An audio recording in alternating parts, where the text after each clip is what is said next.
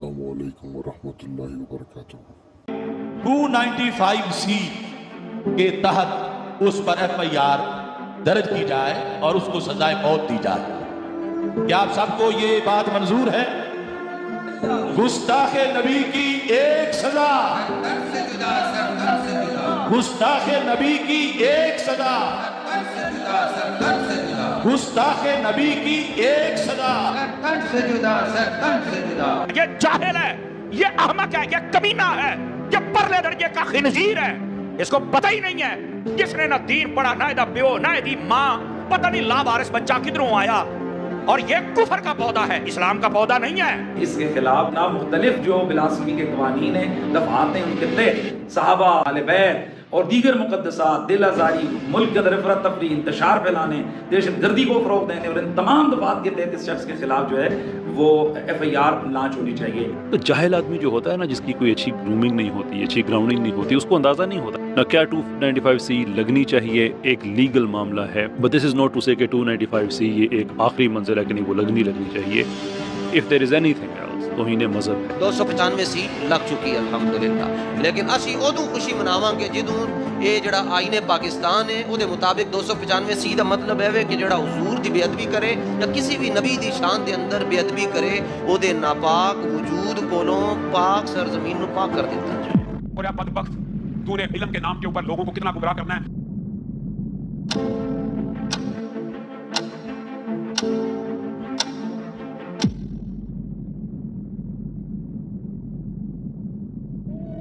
Engineer محمد علی مرزا کو arrest کر لیا گیا ہے۔ FIR میں 295C لگا ہوا ہے انجینئر مرزا کے خلاف۔ یعنی جو بندہ نعرہ یہ مارتا ہو کہ میرے نبی سا ہے ہی کوئی نہیں، اب وہ بھی اگر توہین مذہب بھگت رہا ہو۔ یہ کیسے ممکن ہے کہ ایک انسان جو اپنی زندگی خدا کے دین کو ڈیڈیکیٹ کر چکا ہے، وہ خدا کی، اس کے رسول صلی اللہ علیہ وسلم کی گستاخی کرے؟ How does that make sense? کہ عالم دین جس کی بنیاد ہی کتاب، اور وہ بھی صحیح مسلم، صحیح بخاری، قرآن پاک، اور کتابوں کو اپنی مین بنیاد سمجھتا ہے۔ یہ بالکل نہیں بنتا اس موقع پہ 295C، اور جو مولوی اس پہ خوش ہو رہے ہیں نا کہ نہیں 295C میں ہم اس کو لٹکوائیں گے، بھائی پھر آپ بھی جب کسی کا کلمہ کفر نقل کریں گے نا، جن لوگوں نے جا کے FIR کٹائی انہوں نے کیا کہا کہ انجینئر نے نبی کے بارے میں یہ الفاظ کہے ہیں، تو انہوں نے بھی تو نقل کیے نا، تو پھر ان پہ بھی 295C لگاؤ۔ ان کو پرانے غصے ہیں، ان کو غصہ کسی اور بات کا ہے کہ کسی شخص نے ان کی دکانیں بند کر دی اور وہ موقع کی طاق میں اور تلاش میں تھے کہ کوئی ایسا موقع آئے کہ ہم شخص کو اپنے راستے سے صاف کر دیں۔ ان کو تکلیف انجینئر محمد علی مرزا کے کلمات سے اتنا نہیں تھا جتنے ان کے 6-7 سال کے کام سے تھا، صرف اس لیے کیونکہ وہ آپ کو ایکسپوز کر رہے ہیں، آپ کی دکانیں جو ہیں وہ بند ہو رہی ہیں ان کی وجہ سے، ایسے آدمی کو آپ اٹھا کے جیل ڈال دیتے ہیں کہ یہ توہین کرتا ہے۔ بہت ہی پچگانہ، بھونڈی اور نانسنس قسم کی ہے، اور یہ کرنے والوں کو بھی اندازہ ہے اس چیز کا کہ وہ جس چیز کا الزام لگا رہے ہیں اصل میں وہ چیز ایگزسٹ نہیں کرتی۔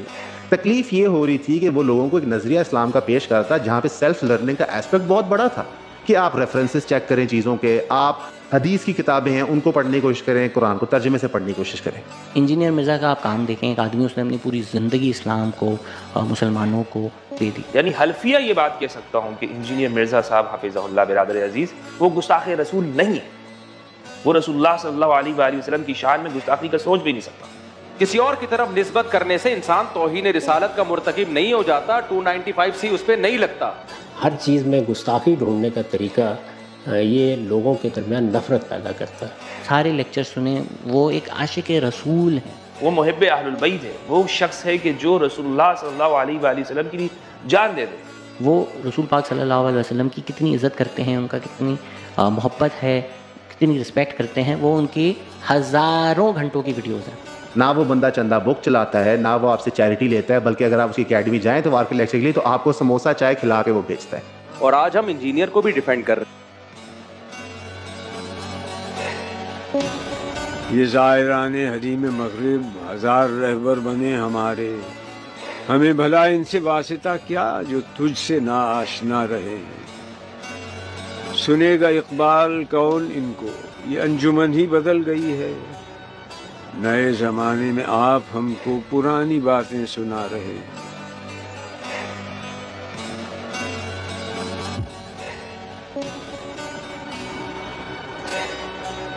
ہر بڑے آدمی کا مخالف ہوتا ہے، اور جتنے مخالف زیادہ ہوتے ہیں اتنا بڑا وہ ہوتا ہے۔